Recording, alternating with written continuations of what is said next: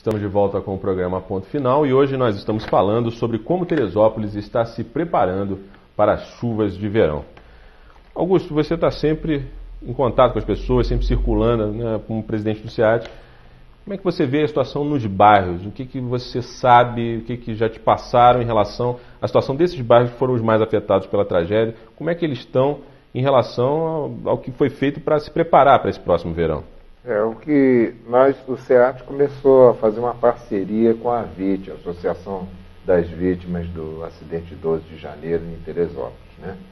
E a gente nota um descaso maior com o segundo e terceiro distritos, que foram até os que foram acometidos. Vieira, por ajuda de particulares, de empresários, deu uma levantada, o pessoal lá conseguiu levantar muita coisa, ajudar e tudo. Por conta da iniciativa privada.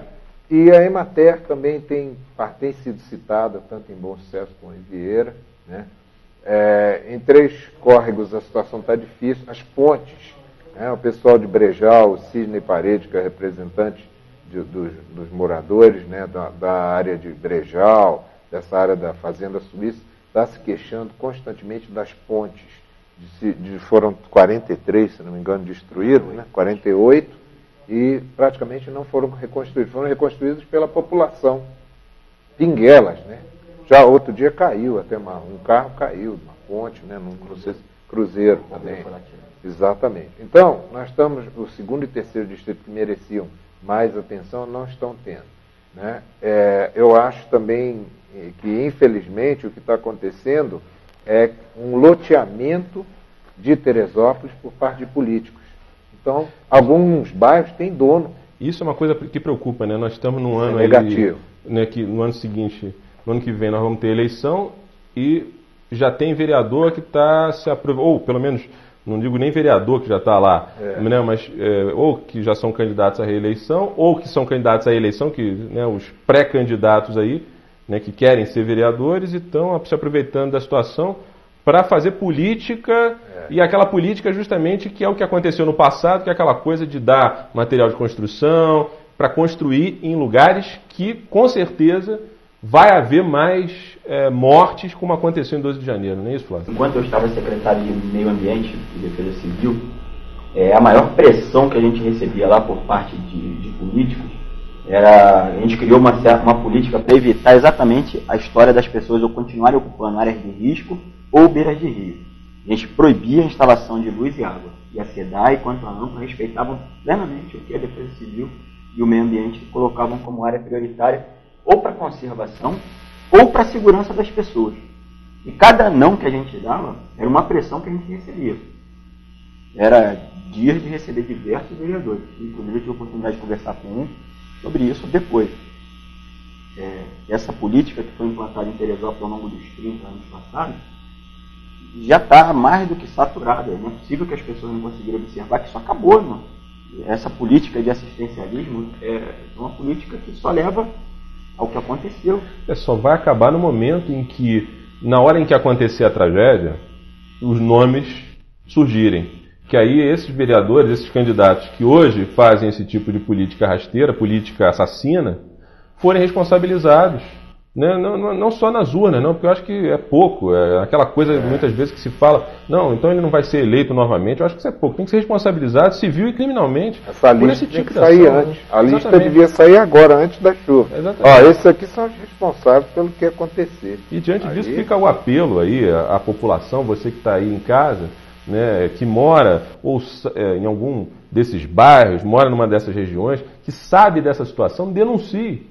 Denuncie, porque esses políticos, esses maus políticos, é que fazem com que Teresópolis seja uma das cidades onde continuam acontecendo tragédias como a que a gente viu em 12 de janeiro. Então, não seja omisso, denuncie. E se oferecerem alguma coisa para você, não aceite, entendeu? Porque isso pode representar, com certeza, mais desgraça, mais famílias destruídas, mais mortes aí no próximo verão. É isso que a gente está vendo aqui, que a gente está debatendo. Então, preste atenção. Augusto, de que forma, na sua opinião, você acredita que a sociedade pode pressionar por mais mudanças? Eu acho que a sociedade deu um belo exemplo aí agora em relação à questão política que aconteceu, a gente vai falar um pouquinho sobre isso também no próximo bloco, mas de que forma que você acha que a sociedade pode pressionar as autoridades para que haja mais ações concretas em relação à questão do meio ambiente? Eu acho a primeira coisa que a nossa sociedade não é organizada, como se diz. E o empresariado, às vezes, já tem, vamos dizer, uma parceria com políticos, às vezes do momento ou da oposição, e eles têm privilégios em relação a reuniões e decisões. Então a sociedade mesmo, as organizações, não tem tanto acesso assim. Isso é uma elite do empresariado que consegue, que acha que se simboliza e que representa a sociedade, não. Então primeiro a sociedade tem que se organizar. Quem realmente é a sociedade.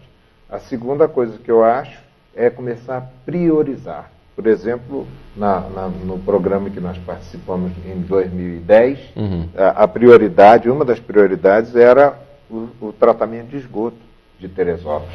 160, 170 mil habitantes sem sistema de esgoto. Então tem que haver uma lista de prioridades em comum acordo, sociedade, poder público. E aí a gente vai poder trabalhar em prol do que é o social da melhoria da cidade. Eu acho que ainda, de qualquer forma, está longe o dia que a gente ainda vai ver uma passeata, uma manifestação, queremos esgoto, não, né? Isso não vai existir. Porque é muito complicado a pessoa... Desculpa até dizer isso. Eu conversei com a secretária de Educação, a professora Nelly, e ela disse que ela está cansada de ir à escola porque os sumidouros estão estourando e está saindo fezes e esgoto para todo lado. Vão umas 4 ou 5 escolas. Essa tem sido o trabalho dela por enquanto. E visitar a escola quando não é intoxicado, pessoal para merenda, né? Esgoto, os sumidouros estão estourando já. Esse é problema sério. Flávio, pelo que você, pela tua experiência como secretário e agora também como bombeiro, que você está sempre atuando, né? Tem feito um trabalho muito forte em relação à questão da prevenção, agora na estiagem em relação à prevenção de incêndios. Qual a situação que mais te preocupa para o próximo verão em termos de localização? Uma localidade ou bairro, enfim, o que mais te preocupa? Não acho que uma localidade, a Serra dos Cavalos ali, aquela região, perto, sempre foi preocupação primordial de todo mundo, porque agora mesmo acabou de ter um incêndio lá e a gente combatendo o incêndio, eu não utilizei helicóptero jogando água lá de cima porque eu tinha medo de jogar água e pegar em algumas pedras e as pedras descerem e atingir as casas embaixo. Então a situação é muito delicada. Tem muita pedra solta, mas muita quantidade de pedras, a gente chama de matacões, relativamente pequenas, mas se você botar isso numa altura grande, ela rolando, ela vai passar por cima de uma casa como a gente pisa numa formiga. Então, ali é um ponto extremamente preocupante. Mas todas as pessoas que moram em beira de rio, eu acho que esse assim, da tragédia toda, o levantamento que a gente fez naquela época, em torno de 80% das pessoas morreram que estavam em beira de rio, não por deslizamento de encosta. Não, por grande inteiro, foi arrastamento, não foi uma encosta que caiu. E grande parte das pessoas que morreram, principalmente segundo e terceiro distrito, foi simplesmente arrastamento. Construções que estavam provavelmente dentro do leito original do rio e que com o passar do tempo foram sendo feitas ali e o leito, na verdade o que aconteceu foi que o leito voltou à sua origem, talvez. Talvez, agora o que aconteceu assim, as pessoas tinham a esperança, ou a experiência, talvez, e quando a água começava a subir, chegava a um determinado ponto, elas saíam de casa, calmamente, com guarda-chuva e embora. Só que dessa vez, a tromba d'água foi muito forte e veio como se fosse uma forma de onda. Não deu tempo de ninguém sair. E de madrugada. E de madrugada. Então, quer dizer, tem isso aí. E a chuva foi longe de onde elas estavam habitando. Por exemplo, quem mora na divisa com São José do Vale do Rio Preto praticamente não choveu. Em compensação, o rio subiu mais de 10 metros. Então, quer dizer, a pessoa não teve nem noção de escutar a chuva no telhado para dar tempo de sair de casa. Então, essas pessoas que moram em beira de rio, eu acho ainda que são os pontos mais frágeis da cidade. Bom, nosso tempo nesse bloco encerrou.